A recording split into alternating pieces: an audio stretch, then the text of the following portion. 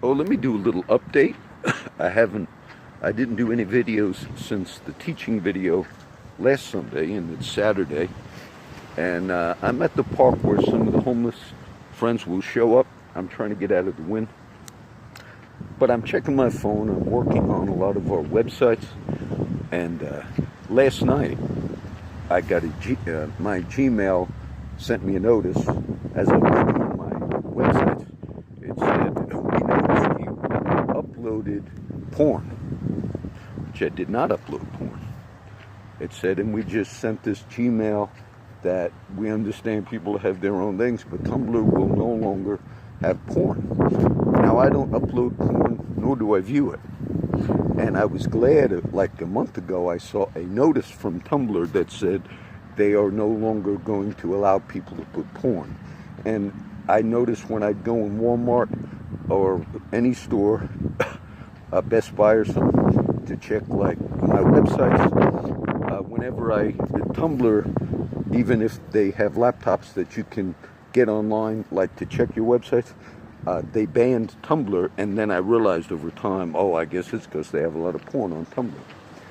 So when I got that notice, something was fishy, and it did come from Gmail. So I right away checked my Tumblr site. There was nothing on there, and it meant like somebody was trying to hack or do something. And somebody might have had my Gmail. They hacked into my Gmail.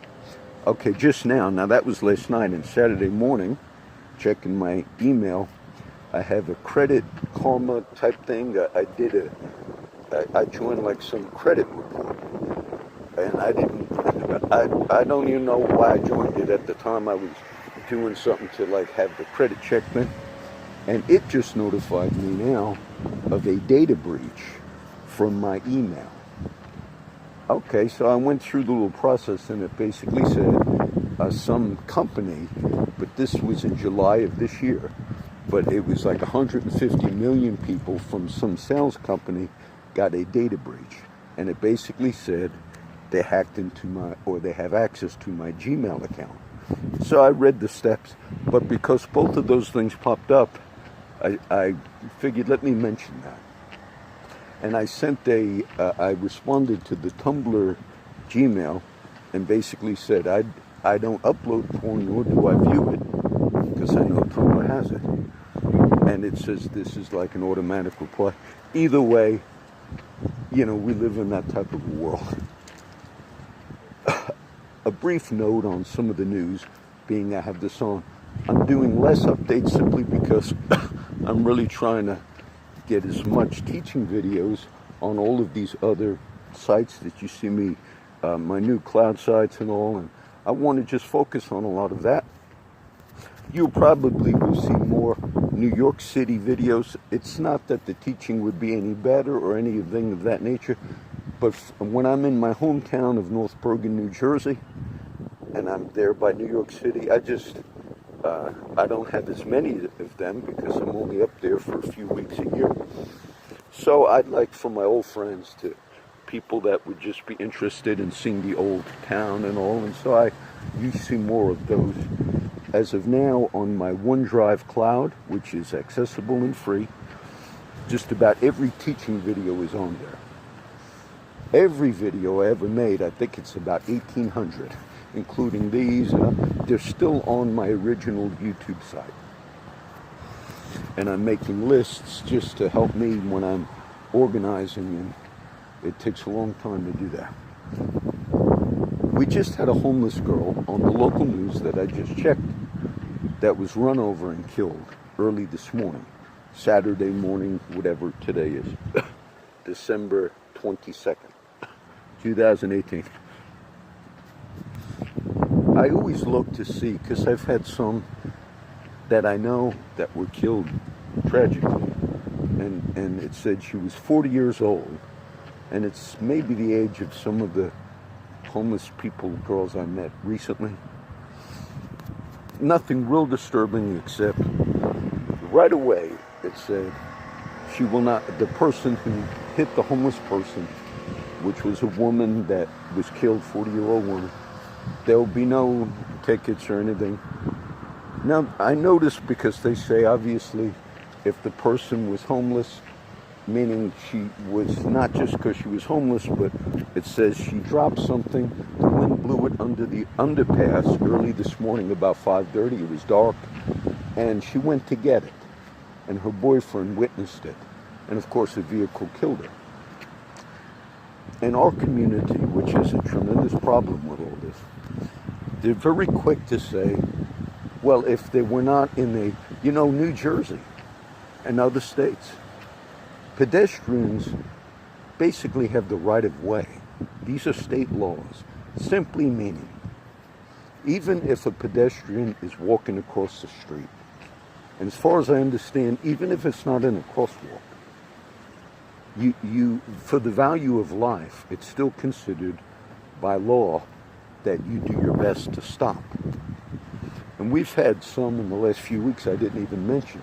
An older 70-year-old person, a woman broke down on a street called Crosstown Expressway. She was an older woman. She broke down and was walking, sadly, and it said a 16-year-old boy in a truck hit her. And I wondered if he had a license. But it also said because he stopped to render aid and the woman was killed, there was no ticket, nothing in that. And then you had another older man, 70-year-old man, off of Air Street. This was only the last few weeks. The culture of driving is terrible here. I could give you example after example. But the other thing that's important to recognize is there should be, if people are not at fault, I understand that, meaning if the driver, but there should be a little bit more than quickly saying, no ticket, nothing, because maybe the person was not in a crosswalk. The value of life, I just explained, some states have laws. You do your best to not run people over. The local paper yesterday, I had the hard copy of the Kohler Times. And Friday, this group out of Port Aransas Pass area, they are fighting the port of Corpus Christi, but they bought advertisement for an entire page on the Kohler Times. It was well done, well written, and it just basically was saying that the port of Corpus Christi is moving forward on various things. And they showed that the environmental impact, if they continue to do what they plan on doing, using an island called Harbor Island to be like a offloading for huge oil tankers, and they made a good case in the paper. The environmentalists who are against what the Port of Corpus Christi wants to do in the development of Harbor Island, okay? And they also mentioned in that article how the Port of Corpus Christi uses very aggressive tactics, even against competitors, which was the Trafigura company, I guess based out of somewhere in Europe, maybe Switzerland. They want to build an offshore type of facility that would kind of do the same thing. Then in yesterday's paper, in the same thing, this was like a couple of things about the Port of Corpus Christi. But for many years, the Nueces County taxing district has been double taxing, along with another adjacent county called San Patricio County. And it has to do with the port. And basically, international companies and all that have located in the Port of Corpus Christi to do legitimate business, they had to pay taxes, lots of them. You're talking millions. And some of these companies were being double billed. I was somewhat familiar with it. But this was going on for 50 years, since 1970. And so San Patricio County said, if you looked at everything, we are the taxing district for that section of the port or the water area, how it extends on the land. But Nueces County, for 50 years, has also been taxing companies that maybe they didn't have the right to tax. So it went all the way to the courts. I read the article yesterday, and in essence, the courts, and it went to Texas Supreme Court, I believe, but the courts agreed with San Patricio and said Nueces County should have never been double taxing, meaning there might be millions owed in back taxes now to these companies. And the chief appraiser, a man by the name of Ronnie Canales, who's been around for a long time, he basically said, look, we're going to just do what's right, and we're going to stop double taxing. It's almost like the county was doing something exploitive and wrong. The courts even agreed with it, but they drew it out. They fight for all this.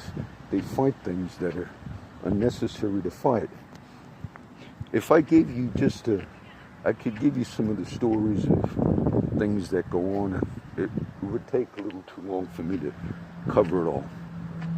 So this is just an update. I obviously didn't catch all the news, updated. We're in what's called the government shutdown. It has to do with the wall and the funding for the wall, all of this. Let me just make one note, because this didn't get a lot of coverage, but it was indeed an important news story. It was exposed this week that Democrats, political people that are running political parties, what they did, and this had to do with the Roy Moore campaign, okay? I won't do it all. He kind of got famous because of a lot of his things. Staunch Republican, all right? The Democrats were faking Russian bots on Facebook. There was a Democrat strategist who got together with his buddies, and they got onto Facebook pretending to be Russian bots, pretending to be Russians. And they were doing this deceptively to basically hinder the campaign of a Republican and to make it look like Russian bots were behind helping a Republican and undermining our democracy. But it was exposed that these Democrats were doing it, making it look like it was Russians. Why would should this be? Many of you might not have heard that story. Why is that important? In the whole controversy of the Democrats and others who have targeted Facebook, when some rightfully said, all right, there were some Russian bots or Russian companies or Russian people that were trying to influence through Facebook, of course, Mr. Trump and others rightfully said, look, those things can also be faked. And the Democrat Party was the most vocal, who said, how dare anybody challenge our intelligence agencies and question that these Russian bots are faked? How dare you? And the same group went off to Facebook, Mark Zuckerberg trying to bankrupt Facebook. And some of them were doing it. That's what's important to see on that. Some Democrats were actually doing it. They were faking Russian interference in an election, albeit not a presidential one, but they were doing it for something else. So the same people, some in the Democrat Party, who said, how dare anybody challenge whether or not some of these things are being faked? They were actually the fakers. How does the mainstream media cover that? They don't. If their side is deemed to do criminal things, they just don't cover it. There was a case, and I won't give the name. You can figure the names of these. And I watched it this week. I read up on it, or I saw it. But it was a man who was at a club one night, a bar. And at the bar that night, there was another girl there. And the other girl there came into the club, and there was a guy, a few people, and she was mad at that guy because he kind of vandalized and was stalking this woman and had some problems with this woman. Now, I won't give the name of the man. This is all documented in case a book was written on it and a documentary series done. So that night at the club, after the woman confronted him and had some past stalking experiences with this man, she left the club. And when she left the club, she was murdered. She was raped and murdered, and on her body were the names of other people and things of that nature. All right, they began interviewing certain suspects in that town. It's much like this region, okay? And they got a man. but I forget the exact name offhand. And they sent him to prison. He was going to be a pro baseball player. He grew up in a small type Texas town type thing. And he got an injury, and he actually got drafted to play pro ball.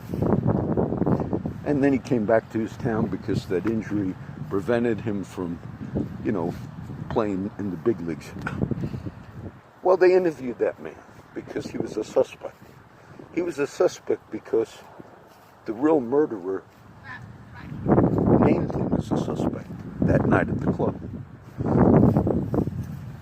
The real murderer put the names on the body, said he did it.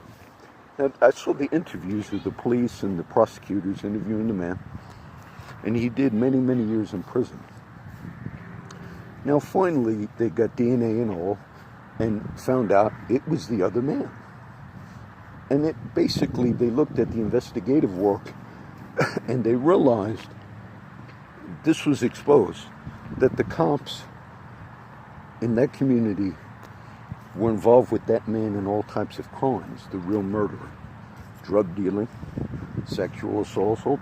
The cops were actually part of the illegal stuff, particularly in drug dealing, that the real murderer was involved with them.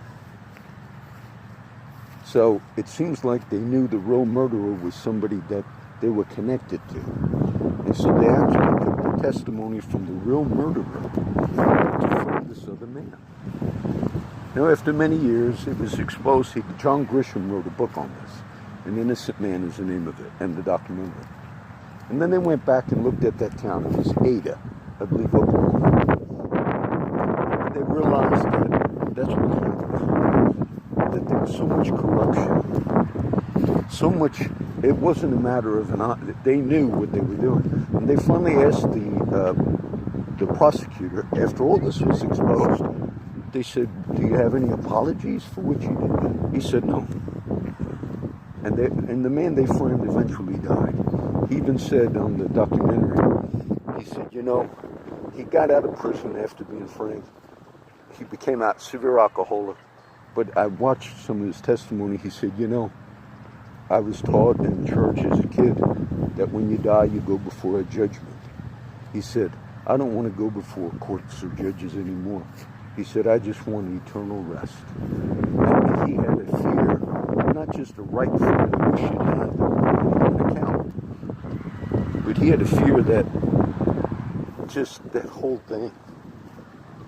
And then when I saw the chief prosecutor in that, maybe his name is Peterson, after all that was exposed, that they actually covered up for their friend who raped and murdered the woman. And they used his testimony because he was involved with criminal activity with them. And I thought the whole thing was some of the most criminal, corrupt, and that happens. That happens in places you have no idea. And what this should not just be downing the system all the time, but it should be an understanding that there are certain people that have more opportunity to be more corrupt than other people because of the positions they're in. They have more opportunity if an assault on a child took place and it was somebody in their group to cover up for that assault of the child, because they have all types of systems and records and documents. Do you know if a police officer is interviewed about the sexual assault of an 8-year-old, his testimony in certain counties and cities, if he says, no, I did not assault that child, even if there's semen in the child, his testimony is considered gospel in some cases. Meaning, you could even have that officer interview the family of the child that claims the officer sexually assaulted her. And during the interview, in a closed room, you could have the tragedy of a gunshot. My God, you're being interviewed by the officer that the family claims you raped the child. And the father was being interviewed. You could have this. And the officer said, what happened? That's the father of the child, 8 or 9, that, oh, he pulled my revolver and committed suicide. Case closed. Now, I give you these stories for you as the public to understand something. And whether it's the Ada case, the hardest thing to overcome corruption anywhere is for the public to begin to understand that sin and iniquity is something that is real. And if I put our local police station actually is right here behind me. I swear at the park where they are going to meet in a little while. So these parables,